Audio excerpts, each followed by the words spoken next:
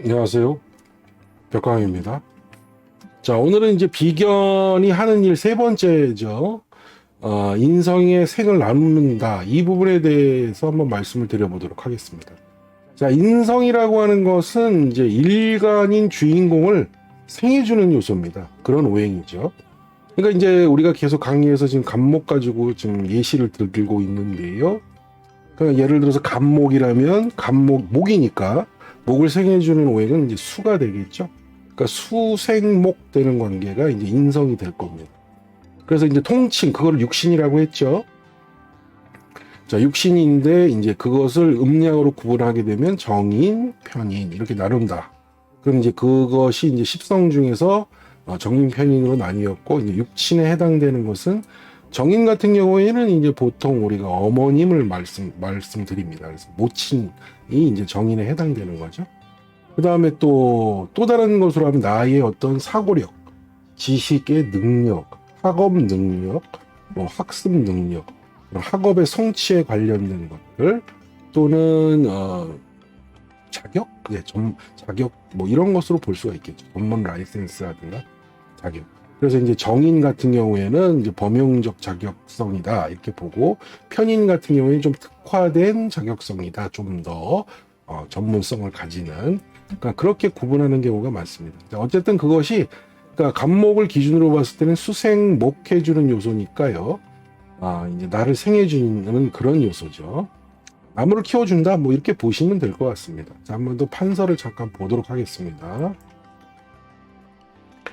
자, 좀 정리를 해볼까요? 자, 간목일간이다. 간목. 일간을 간목으로 기준으로 놨을 때는 이 간목을 생해주니까 당연히 수생목, 생해주는 요소죠? 수가 이제 해당돼서 통칭 인성이다. 이렇게 부르는데 이제 이것을 정인 편인으로 구분을 하게 되면 자, 천간에서는 당연히 계수가 정인이 되겠죠. 그 다음에 임수는 편인이 될 겁니다. 자, 이거는 이제 플러스니까요. 양이니까 같은 마이너스는 정성이 되고 플러스는 편성이 됩니다. 천간은 그렇고요. 지지에서는 계수니까요. 자수가 정인이 됩니다. 그 다음에 해수가 편인이 되겠죠. 자, 이렇게 구분이 될 겁니다. 자, 어쨌든 그래서 이 수의 오행인 또 이제 정편인으로 구분을 하면은 계수나 임수인 이 인성이 일간을 생해주는 간목을 생해주는 그런 요소가 되는데, 자, 그런데 여기서 이제 우리 한 가지 좀 주의 깊게 봐야 될 것이, 예를 들어서 이제 간목의 일간이 이렇게 있으면은, 자, 이게 일간이겠죠. 자, 천간의 계수 정인이 이렇게 있는 것과 지지의 해수 이렇게 편인이 있는 것. 자, 어쨌든 자, 이런 것을 우리가 이제 서로 약간 상이하게 보아야 되는 요소입니다. 예를 들어서 천간에 있는 정인이 밑에 있는 계수한테 이렇게 통근을 하지 않고 혼자 나타났다, 시주상에. 그렇다면 당연히 이것은 약한 정인이라고 봐야 됩니다. 통근되지 아니한. 그러나 만약에 예를 들어서 지금 이 계수가 밑에 있는 계수와 해수와 같이 등장해서 개해시에 태어났다. 이렇게 된다면 이 계수는 해에 통문을 하게 되겠죠? 자, 그렇게 되면 이제 이 계수는 막강한 계수가 되겠죠.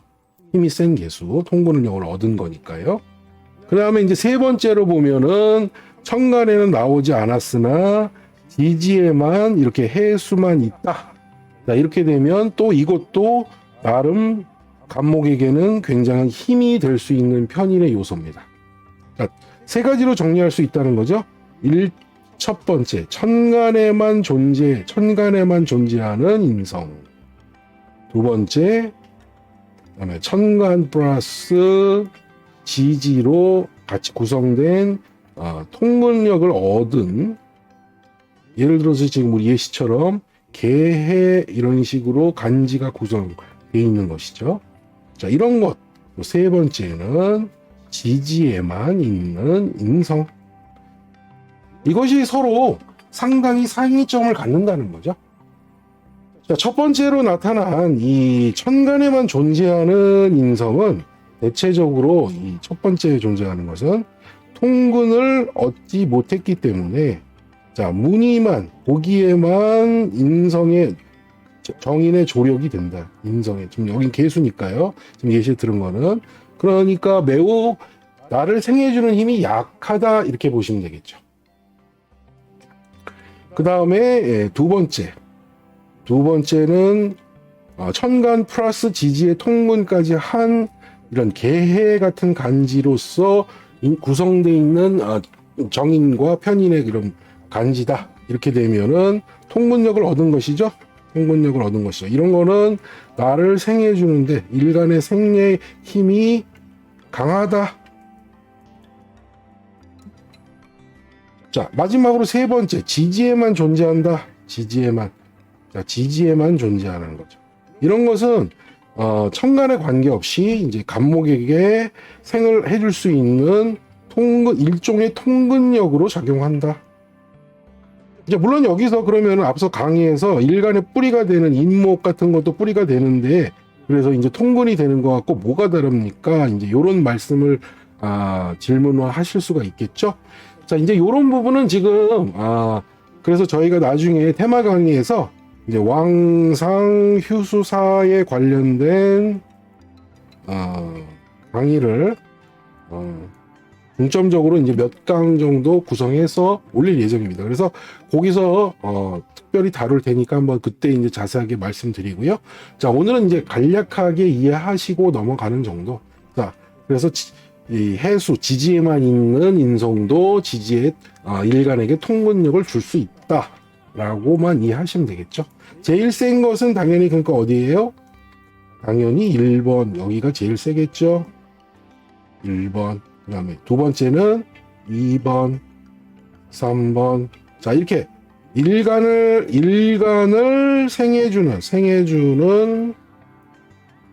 인성의 힘의 순서다. 이렇게 보시면 되겠습니다. 자, 그렇게 이런 것을 가정했을 때, 자, 우선 다시 전반적으로 이제 세팅을 한번 지우고 다시 한번 또 설명드려 볼게요. 자, 예를 들어서 이제 간목 일간이 있다 치고 아까 말씀드린 대로 이 간목 일간이 있는데 천간에만 개수가 하나 등장을 했다. 이런 정인이. 그럼 매우 약한 정인이라고 말씀드렸죠? 자, 그것이 오로지 일간에만 생을 해준다면 그나마도 도움이 되겠는데 또 여기 이렇게 힘든 상황에서 이제 간목 또 다른 비견이 등장했다. 이러면 당연히 이 생의 작용력을 나눠 먹겠죠. 자, 이렇게 되면은 정인이 굉장히 상태가 버거워지겠죠. 힘든다, 한마디로 힘들다, 이렇게 보시면 될 것 같아요. 자, 이럴 때 나타나는 현상. 자, 모친의 어떠한 나의 생조 능력, 즉, 모친이 나를 기르기도 어려운데 내 형제도 또 있어요. 그러니까 그렇게 힘든 상황의 그 모친의 어떤 생존 능력이 매우 떨어진다. 이렇게 보시면 되겠죠. 자, 이런 것도 이제 결국은 생을 나눠 먹는 데에서 나오는 단점이겠죠. 근데 이제 그렇게 되고 또 다른 면에서는 이제 사고력의 분산으로 나타나기도 합니다. 자, 사고력의 분산이라는 건 뭐예요? 하나로 정신적인 지향점을 통일해야 되는데 이러한 정신의 지향점이 분산된다는 거죠. 자, 그러니까 이런 사람들은 아무래도 학업 성취도가 낮습니다. 왜? 집중이 잘 돼야 공부가 잘 되는데 이런 정신적인 지향점이 자꾸 분산되는 것은 결국에 학업의 성취도가 낮은 것으로 나타날 확률이 높고요. 그 다음에 정신적인 안정감도 매우 훼손된다. 좀 불안한 성격이다. 이렇게 볼 수도 있겠습니다. 자, 사고력 분산에서 나타나는 요소들이죠. 모친의 어떠한 생존 능력, 나를 생해주는 생존 능력의 그런 능력이 좀 떨어지는 점, 그 다음에 또 사고력의 분산, 거기에서 이제 학업 성취도, 정신적 안정감의 훼손, 이런 정도로 정리해서 보시면 되겠죠. 자, 그러나 예를 들어서 여기에서 아까 두 번째로 말했던 이런 해수 같은 지지의 글자가 있다면 이 개수는 여기에 통분을 하겠죠? 자, 이렇게 되면 이 정도 두 자 정도는 충분히 개수가 다 이렇게 통분력을 얻었기 때문에 생을 해줄 수가 있겠죠. 자, 이렇게 되면은 이런 것들이 해소가 되면서 모친의 능력도 올라가고 학업 성취도도 올라가고 정신적인 안정감도 훼손됐던 것이 이제 안정적 요소로 볼 수 있다. 이렇게 이제 또 바뀔 수 있는 그런 요소가 되겠죠. 자, 마찬가지로 아까 세 번째 천간에 있는 개수는 등장하지 않았으나 해수만 있다. 그러면 이것도 이제 그렇게 지지는 천간보다 훨씬 힘이 세기 때문에 이런 간목들이 다 이렇게 생을 받을 수가 있습니다. 그래서 이런 것들을 어느 정도 이뤄낼 수가 있죠.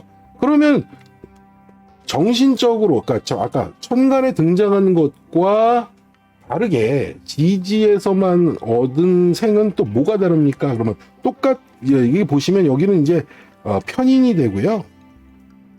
자, 요것은 정인이 됩니다. 자, 이렇게 해석하시면 될 것 같아요. 뭐냐? 만약에 개수가 천간에 등장을 했는데, 지지의 해수에 통분을 해서 이 정인성이 이렇게 간목들을 생각하게 되면 이 정인 모친인 어머니의 정신적인 그런 어떤 그러한 생조까지 충분히 얻는 겁니다. 그러니까 어머니가 단순히 자식들을 기를 때 그냥 뭐 잘 먹이고 입히고 뭐 이런 물질적인 것을 어느 정도 해결해 주는 선에서 끝나는 것이 아니라 이 어머니는 자식들에게 여러 가지 정신적인 교육까지도 충분히 시켜줄 수 있는 그런 어머니죠. 즉 천간에 있다는 것은 그만큼 정신적인 영역까지도 충분히 영향력을 미칠 수 있다, 이렇게 보시면 될 것 같아요. 그러나 만약에 예를 들어서 이렇게 천간으로 개수가 등장하지 않고 해수로서만 이렇게 등장을 해서 편인의 어떠한 모친성으로 생이 이루어졌다, 이렇게 된다면 결국은 뭐예요? 정신적인 어떠한 이런 생조, 이런 것들은 잘 이루어지지 않는다는 거죠. 어머니로서 해주시는 생은 이루어져요. 날 낳아주시고 길러주시고 먹여주시고 하는 그런 부분들은 충분히 할 수 있으나 그것이 이제 내가 성장해 가면서 모친의 영역에서 어떤 정신적인 교감과 성장에 있어서의 어떤 정신적인 큰 가르침 또는 어머니에 대한 어떤 존경심, 이런 것까지 생성되는 것은 아니라는 거죠. 그것이 이제 천간과 지지에서 나타나는 글자들의 차이점이라고 보시면 될 것 같아요. 자, 인성의 생을 나눈다, 그런 개념에서 지금 한 가지 예시를 가지고 지금 그 자리 시주에다가 개해라는 것을 놓고 이제 천간에만 등장했을 때, 그 다음에 개해로 등장했을 때, 그 다음에 지지로만 등장했을 때 역할이 좀 더 이렇게 좀 구체적으로 상이하다는 것을 말씀드렸고요.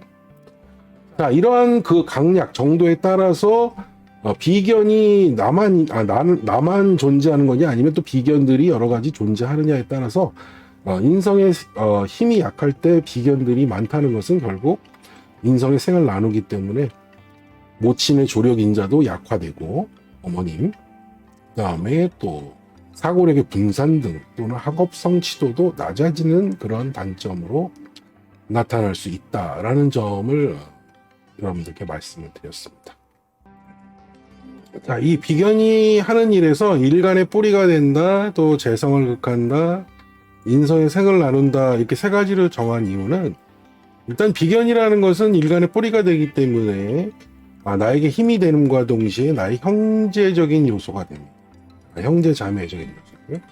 그 다음에 재성을 극한다는 개념에서는 편제를 놓고 관계를 설정하게 되면 아버지와의 관계고요.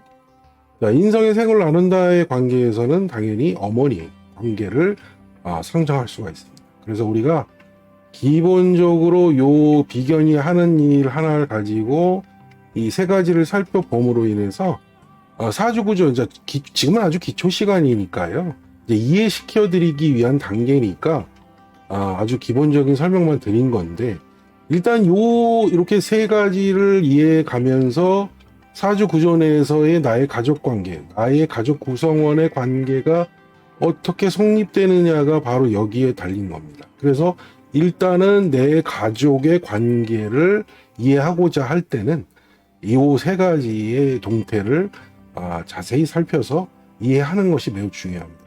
그래서 오늘은 뭐 이제 비견이 하는 일을 세 가지로 정리해서 마지막 인성의 생을 나눈다까지 말씀드린 건데요.